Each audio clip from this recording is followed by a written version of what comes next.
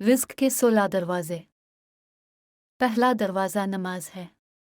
जो लोग नमाज नहीं पढ़ते उनके रिज़्क से बरकत उठा दी जाती है। वो पैसा होने के बावजूद भी परेशान रहते हैं। दूसरा दरवाज़ा इस्तिग़फ़ार है।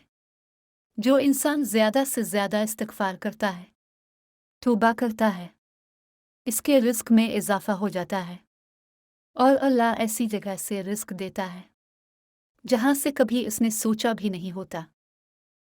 तीसरा दरवाज़ा सदका है। अल्लाह ने फरमाया कि तुम अल्लाह की राह में जो खर्च करोगे अल्लाह इसका बदला देकर रहेगा। इंसान जितना दूसरों पर खर्च करेगा अल्लाह इसे 10 गुना बढ़ाकर दे। चौथा दरवाज़ा तक़वा इख्तियार करना है।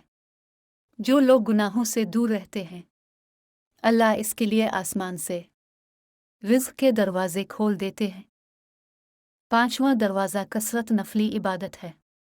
जो लोग ज़्यादा से ज़्यादा नफली इबादत करते हैं अल्लाह उन पर तंदुरुस्ती के दरवाजे बंद कर देते हैं।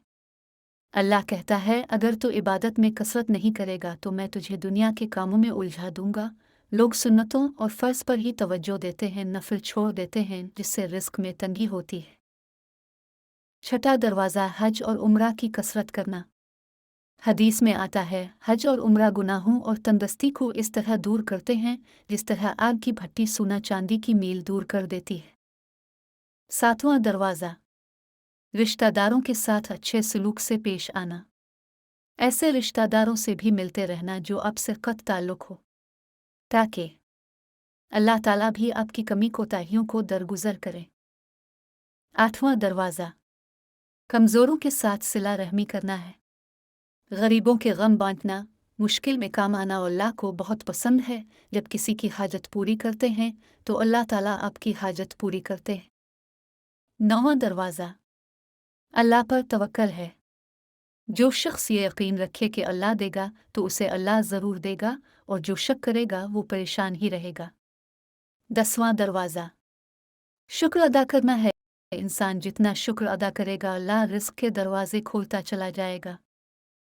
11वां दरवाज़ा है घर में मुस्कुरा कर दाखिल होना। मुस्कुरा कर दाखिल होना सूंद भी है। हदीस में आता है नबी करीम ने फरमाया अल्लाह फरमाता है कि रिज़्क बढ़ा दूंगा जो शख्स घर में दाखिल हो और मुस्कुरा कर सलाम करे। 12वां दरवाज़ा माँ बाप की फरमाबरदारी करना है।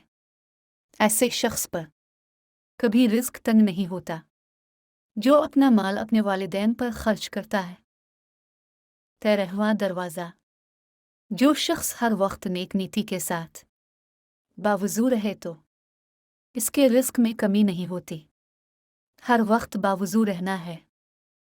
14वां दरवाज़ा चाश्त की नमाज पढ़ना है जिससे रिज़्क में बरकत पड़ती है। हदीस में है चाश्त की नमाज रिज़्क को भयंचती है और तुंद गुस्ती को दूर भगाती है। 15वां दरवाज़ा है रोज़ाना सूरा वाक़िया पढ़ना। इससे रिज़्क बहुत बढ़ता है और नबी करीम रोज़ाना पढ़कर सोते थे और उसकी तालीम भी देते थे। 16वां दरवाज़ा है अल्लाह से दुआ मांगना। जो शख्स जितना सिद्क दिल से अल्लाह से मांगता है अल्लाह इसको बहुत देता है। अल्लाह हम सब के रिज़्क में बरकत दे, आमीन। प्यारे दोस्तों, मज़ीद ऐसी वीडियोज़ के लिए चैनल को सब्सक्राइब करें और वीडियो को लाइक करें। जज़ाकल्लाह।